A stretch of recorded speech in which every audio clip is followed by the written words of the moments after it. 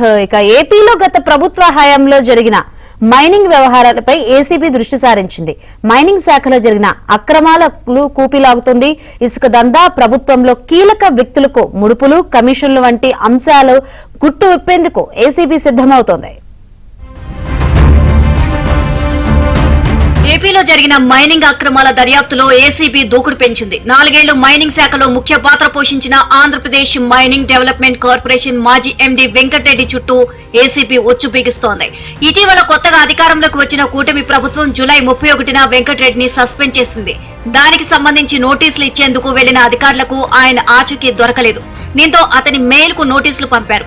అప్పటి నుంచి వెంకటరెడ్డి పరారీలో ఉన్నారు. అయితే ఈ నోటీసులు జారీ చేసే వరకు కేసును సిఐడి చే దర్యాప్తు చేయాలి అని ప్రభుత్వం భావించినప్పటికీ పెద్ద ఎత్తున డబ్బులు చేతులు మారినట్లు తేలడంతో విచారణ బాధ్యతను ఏసీబీకి అప్పగించారు. ఇబ్రహీంపట్నంలోని మైనింగ్ కార్యాలయం, విజయవాడలోని ఏపీఎండీసీ ఆఫీసులోని అనేక రికార్డులను సిఐడి స్వాధీనం చేసుకుంది. ప్రస్తుతం వాటిని ఏసీబీకి అప్పగించారు. ఈ రికార్డులను పరిశీలించిన ఏసీబీ రాష్ట్రంలోని మైనింగ్ కార్యాలయాల్లో ఉన్న రికార్డులను కూడా పరిశీలించి గత శనివారం స్వాధీనం చేసుకున్నారు. ఆదివారం కూడా కొన్ని కార్యాలయాల్లో రికార్డులను పరిశీలించినట్లు తెలుస్తోంది.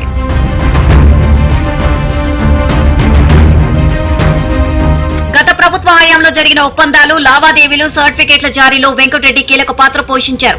జేపీ వెంచర్స్ ప్రభుత్వానికి బకాయిలు ఉన్నప్పటికీ నో డ్యూస్ సర్టిఫికేట్లు, బ్యాంకు గ్యారంటీలను జారీ చేశారు. ఈ వ్యవహారంలో అడ్డంగా దొరికిపోయిన వెంకటరెడ్డి ఎవరి ఆదేశాల మేరకు అలా చేశారు అనే అంశంపై ఏసీబీ కూపీలాగుతోంది. ఆయా జిల్లాలో ఇసుక రీచ్ లో ఇచ్చిన పర్మిట్లు, తవ్విన మొత్తం, ప్రభుత్వానికి ఎంత చెల్లించారు అనే అంశాలను పరిశీలిస్తున్నారు. మరోవైపు వెంకటరెడ్డి ప్రభుత్వ పెద్దలు చెప్పినట్లు తలూపి అంటకాగిన అధికారుల పాత్రపై కూడా విచారణ జరుగుతోంది.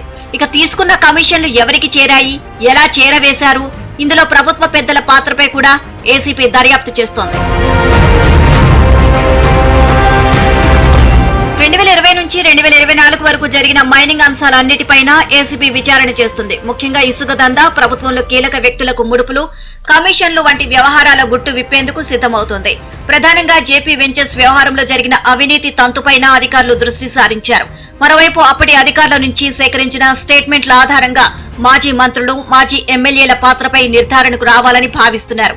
అయితే మైనింగ్ అవినీతి వ్యవహారాన్ని ఏసీబీ విచారణకు అప్పగించారని తెలిసిన వెంటనే కొంతమంది అధికారులు, మాజీ మంత్రులు, మాజీ ప్రజా ప్రతినిధుల్లో అలజడి ప్రారంభమైంది.